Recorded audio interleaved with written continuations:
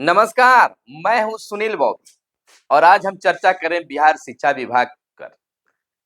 दोस्तों, इन दिनों करीब एक सप्ताह से शिक्षा विभाग में लगातार कोई बड़ी खबर, कोई बड़ा अपडेट ही निकल कर आ रहा है। एक्शन पर एक्शन, आदेश पर आदेश। कभी तबादला निरस्त करने की खबर, तो कभी तबादला करने की खबर, कभी राज्यकर्मी की खबर, तो कभी स्कूल टाइमिंग की खबर।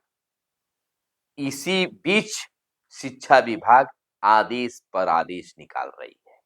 एक बड़ा अपडेट और निकल कर आया कि अब शिक्षक महोदय महोदय को, यानी कि गुरुजी को, अब स्कूल में जहां आप प्रवेश करते ही 9 बजे, 9 बजे या 9 बजे से पहले कहिए, आप अटेंडेंस ऑनलाइन इस शिक्षा कोर्स पर बनाते हैं। वह भी सेल्फी के साथ।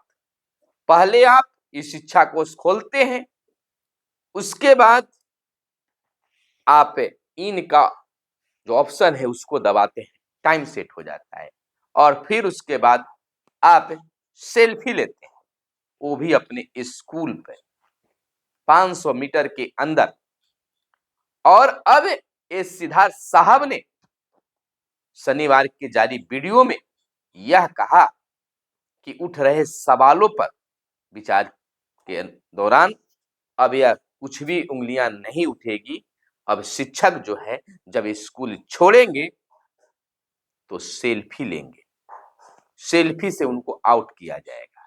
इन में भी सेल्फी, अब आउट में भी सेल्फी। यह एक बड़ी चीज जोड़ दिया गया है। कब से यह लागू होगा? तो दिसंबर महीने से, 1 दिसंबर से शिक्षा विभाग में कई बदलाव नजर आएंगे और नए साल में तो कई चीजें बदल जाएंगी। दोस्तों, 1 दिसंबर से आने पर और जाने पर हर बार सेल्फी होगा। बच्चों के भी उपस्थिति ऑनलाइन बनाई जाए, इस पर भी प्लानिंग चल रही है। बहुत जल्द इसको भी शुरू कर दिया जाएगा। तो अब जैसे ही स्कूल में प्रवेश करते हैं तो आप तो बनाते ही हैं।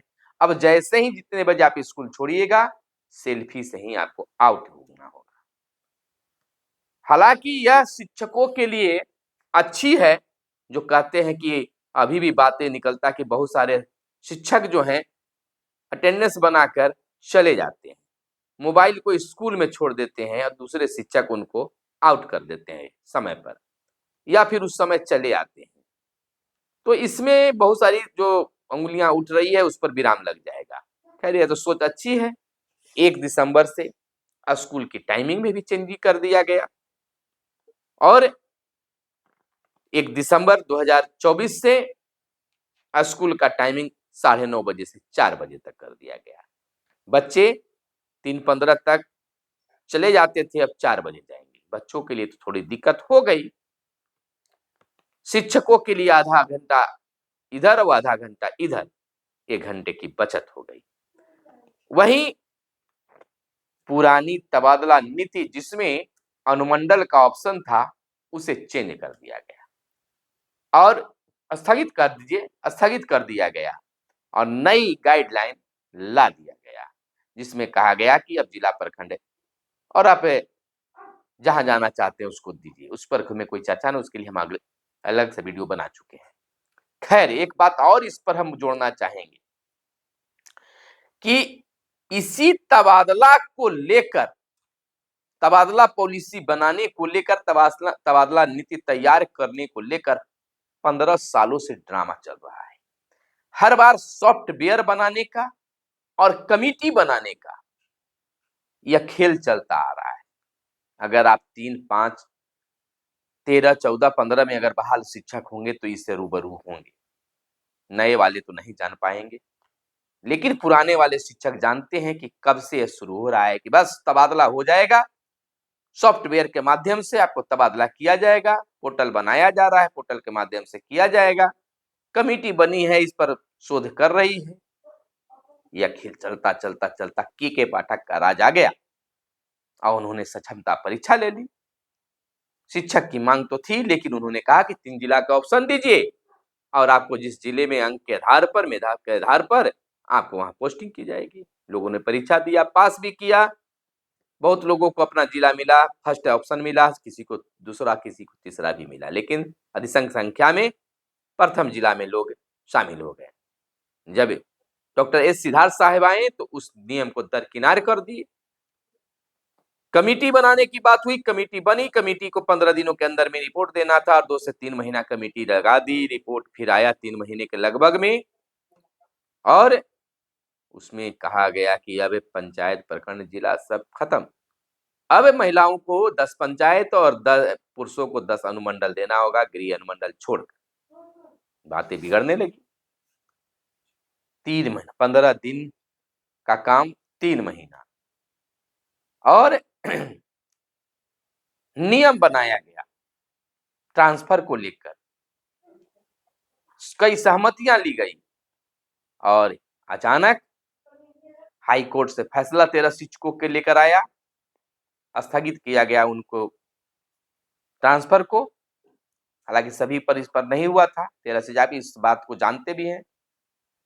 और तुरंत 2 घंटे के बाद शिक्षा मंत्री जो है ट्रांसफर पोस्टिंग को स्थगित कर दिया। हालांकि उससे उसका जुड़ाव नहीं हो सकता है, क्योंकि अचानक मंत्री जी कोई फैसला नहीं ले सकते हैं। बड़ी बैठक हुई होगी, सहमति मुख्यमंत्री का हुआ होगा, तब हुआ, तो 1 दिन 2 दिन पहले की बात चल रही होगी। जब इतना कुछ करने के बाद एक नियमावली लाई जाती है, उसके बाद में उसको स्थगित कर दिया जाता है और नई नियमावली लाने के लिए कोई बैठक नहीं, कोई कमेटी नहीं, यानी कि कोई व्यक्ति विशेष चला रहा है। बिहार के नियोजित शिक्षकों के ट्रांसफर पोस्टिंग या इसको वेतन लाभ या वेतन बढ़ाओ, वेतन घटाओ, कुछ भी करना हो, कोई व्यक्ति विशेष तो नहीं ऐसा कर रहे हैं। ट्रांसफर पोस्टिंग करने के लिए इतना झमेला और जब किए जाने की बात हुई तो रद्द करने के बाद नई लाई गई तो कोई झमेला नहीं। अचानक छोटी बड़ी बड़ी जो भी हुआ होगा, बैठक हुई और उसके बाद में जारी कर दिया गया। कोई विस्तृत और गाइडलाइन भी नहीं, एक गाइडलाइन दे दी। तो मंशा क्या है भाई जी? पोस्टिंग तबादला करना है या फिर इसी में उलझा कर रखना है, या फिर सोच रहे हैं कि इस तरह के बनाएंगे, फिर कोर्ट जाएगा और फिर हम स्थगन करके चुपचाप हो जाएंगे। फिर प्रेशर नहीं होगा, भाई आपने ही रुकवाया है, आपके लोगों ने ही कोर्ट गया और उससे रोक दिया गया। हालांकि अभी भी बहुत कुछ इसमें सस्पेंस है।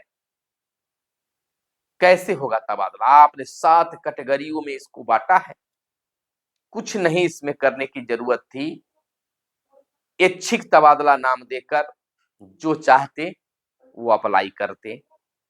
3 विद्यालय, 3 प्रखंड, जो भी आपको लेना था, 3 प्रखंड आपको लगता है कि स्कूल मांगने में एक इतना बड़ा ना होगा, लेकिन अगर जिला में ही ट्रांसफर चाहते हैं, इस तरह के नियम बनता कि जो व्यक्ति अपने ही जिले में ट्रांसफर चाहते हैं, जिस जिला में पदस्थापित है, तो जिला में अप्लाई करें। तो जिले में अप्लाई करने के बाद जिले वाले को आसानी हो जाता। उतना ही भर में करना है, 3 विद्यालय मांगेंगे, 3 विद्यालय में अगर खाली रहेगा देंगे, ना तो दूसरा जो ऑप्शन दिए उसमें करेंगे। और जिनको अगर दूसरा जिला चेंज करना था उनको राज्य स्तर पर लिया जाना चाहिए था। खैर, हम तो नियम नहीं बनाते हैं, शिक्षक नहीं बनाते हैं, वो भी बनाते हैं, लेकिन ये सुविधा होनी चाहिए। फिर भी आपको 7 कैटेगरियां बांटकर उलझाने का भी काम किया गया है। यह ऐच्छिक तबादला होनी चाहिए थी और जो चाहे इसमें कोई ऐसा कैटेगरिया नहीं। हाँ, प्रेफरेंस जिसको देना है, दिव्यांग को, महिला को, असाध्य रोग से पीड़ित को, तो उन्हें यह कन्फर्म रहता कि आप जो ऑप्शन दिए उस ऑप्शन पर ही आपको कर दिया जाएगा। बाकी को 1 2 3 देखा जाता। तो यहाँ तो बहुत सारे चीज लगा दिए गए हैं। 7वां नंबर पर आपने लिख दिए हैं कि वर्तमान विद्यालय से ऐच्छिक विद्यालय की दूरी बताइए। तो उसमें तो किसी को आप रख सकते हैं, किसी को हटा भी सकते हैं। तो बहुत सारी उलझने तो पैदा हैं, लेकिन देखिए आगे आगे क्या और होता है, क्या इसमें और संशोधन होता है, क्या जुड़ता है, नहीं होता है।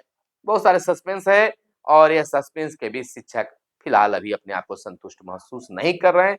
खैर, ये उदार भरी नीति जरूर है, लेकिन अभी भी हमें लग रहा है कि यह तबादला नहीं हो पाएगा। कारण हमने अन्य वीडियो में भी बता दिया है और आज भी आपको संकेत दिया है, क्योंकि हर बार शिक्षा विभाग पर उंगली उठ रही है। अगर उदारता है तो सब कुछ साफ साफ होनी चाहिए और अच्छी होना चाहिए। चलिए, बिहार में एनडीए की फिर जीत हुई है और सरकार तो चाहेगी कि यह तो सेमीफाइनल है, फाइनल में हमें पूर्णतः फिर से जीत मिले, इसलिए शिक्षक को नाराज नहीं करना चाहेंगे। लेकिन अगर सरकार को यह कोई दिग्भ्रमित करने की कोशिश करे कि शिक्षकों से कुछ होने जाने वाला नहीं है, तो बनी बात भी बिगड़ सकती है। तो फिर इस उपचुनाव के जीत के बाद खेला बिगड़ भी सकता है, एक्शन में हो सकती है सरकार। मिलते हैं अगले वीडियो में, तब तक के लिए दीजिए इजाजत।